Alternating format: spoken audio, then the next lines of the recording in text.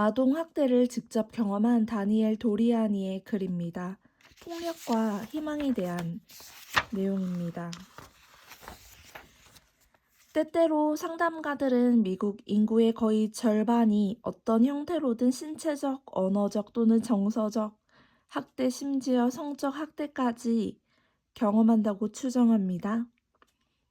폭력이 발생하면 대다수 사람들은 학대의 경험을 없었던 걸로 하려고 회피하거나 자신의 경험이 아니라고 부인함으로써 가장 극심한 충격을 견뎌내려고 합니다. 그리고 고통으로 인해 혼란스러워하거나 부끄러워하고 자신을 정죄하기도 합니다.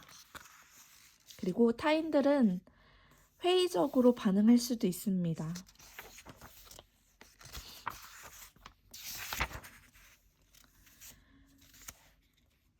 이 글을 쓴 자는 10살이 되었을 무렵에 정서적인 충격과 고통을 느끼는 신경이 거의 무감각해져 버릴 정도로 학대에 익숙해졌다고 합니다. 그렇게 무뎌짐으로써 아버지에게 당했던 학대가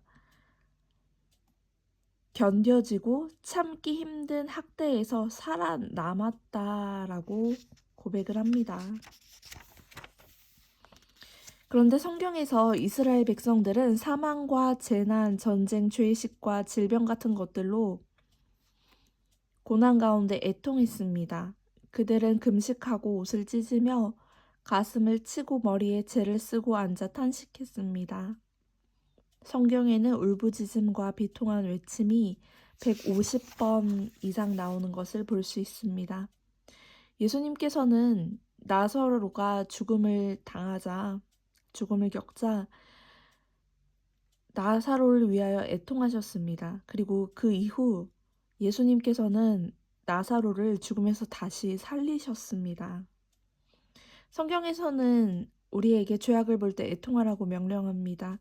예레미야는 이스라엘 백성들에게 예루살렘이 범한 죄 때문에 심판이 닥치기 전에 굵은 배를 두르고 애곡하라고 말합니다.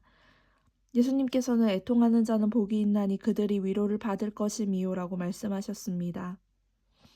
우리의 죄악과 형제들의 죄악으로 인해 애통하는 것은 선한 일입니다. 하나님을 가까이 하라 그리하면 너희를 가까이 하시리라. 죄인들아 손을 깨끗이 하라.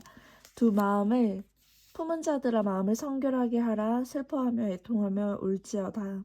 너희 웃음을 애통으로 너희 즐거움을 근심으로 바꿀지어다. 주 앞에서 낮추라 그리하면 주께서 너희를 높이시리라. 주님께서는 이렇게 애통하는 자들 앞에서 하나님께 감사하라, 기뻐하라 라고 하는 명령을 하지 않으셨습니다. 우리는 상황과 장소와 시간에 맞게 말을 하고 위로하여야 합니다. 어릴 때 학대를 받았던 사람들은 어린이 되고 나서 다른 사람을 냉소적이고도 비판적인 시선으로 보면서 의심과 의혹을 품는 등의 죄를 저지르기가 쉽다고 합니다. 가정 안에서 사랑만 받았던 사람들은 사랑과 교육과 적절한 훈계를 받았던 사람들은 이런 사람들을 만나게 되면 당황할 수밖에 없죠. 우리는 어떠한 사람이 우리에게 폭력이나 학대의 가해자로서 활동을 하게 되면 그 사람을 거리낌 없이 용서해야 된다고 성경을 통해서 알 수 있습니다. 그를 미워하거나 원한을 품어서는 안 되고 만일 피해를 준 사람이 살아있다면 우리는 그를 위해 기도해야 합니다. 긍휼히 여길 수 없다면 긍휼히 여기는 마음을 달라고 기도할 수 있습니다. 우리는 가해자가 자신의 죄를 올바로 보고 회개하여 회복될 수 있도록 주님 앞에 기도해야 합니다. 이러한 용서는 사랑하는 것이나 다름이 없습니다. 그런데 폭력적인 사람들이 화해를 잘할 것이라고 기대하기는 어렵습니다. 어떤 사람들은 자신들의 잘못을 끝까지 부인하며 말합니다.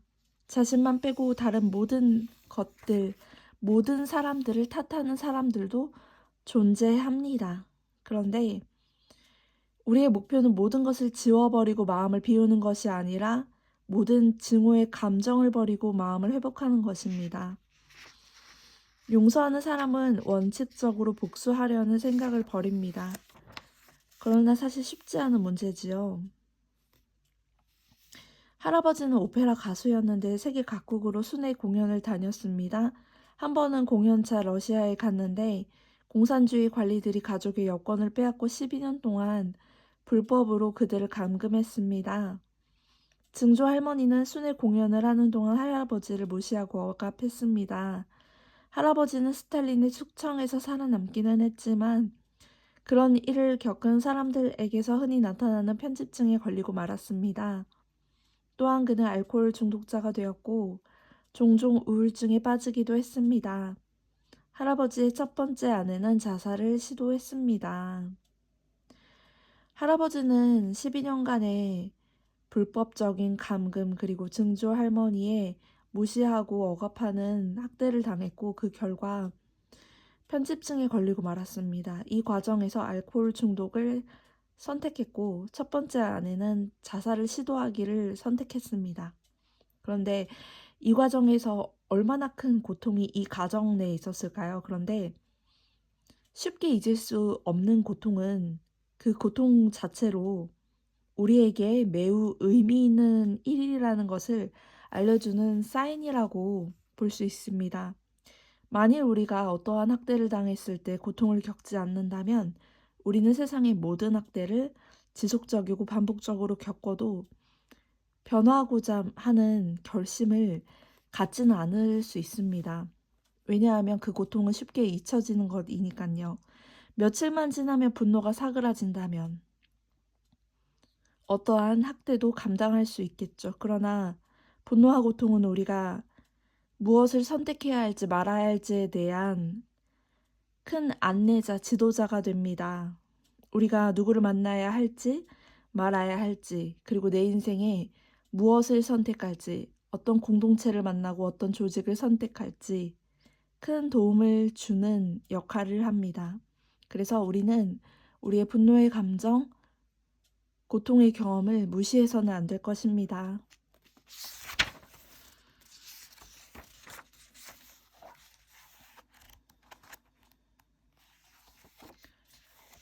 오 주님, 세상의 모든 조직들이, 모든 공동체가 폭력과 악을 버리게 하소서. 나사렛 예수 그리스도의 이름으로 기도를 올립니다. 아멘.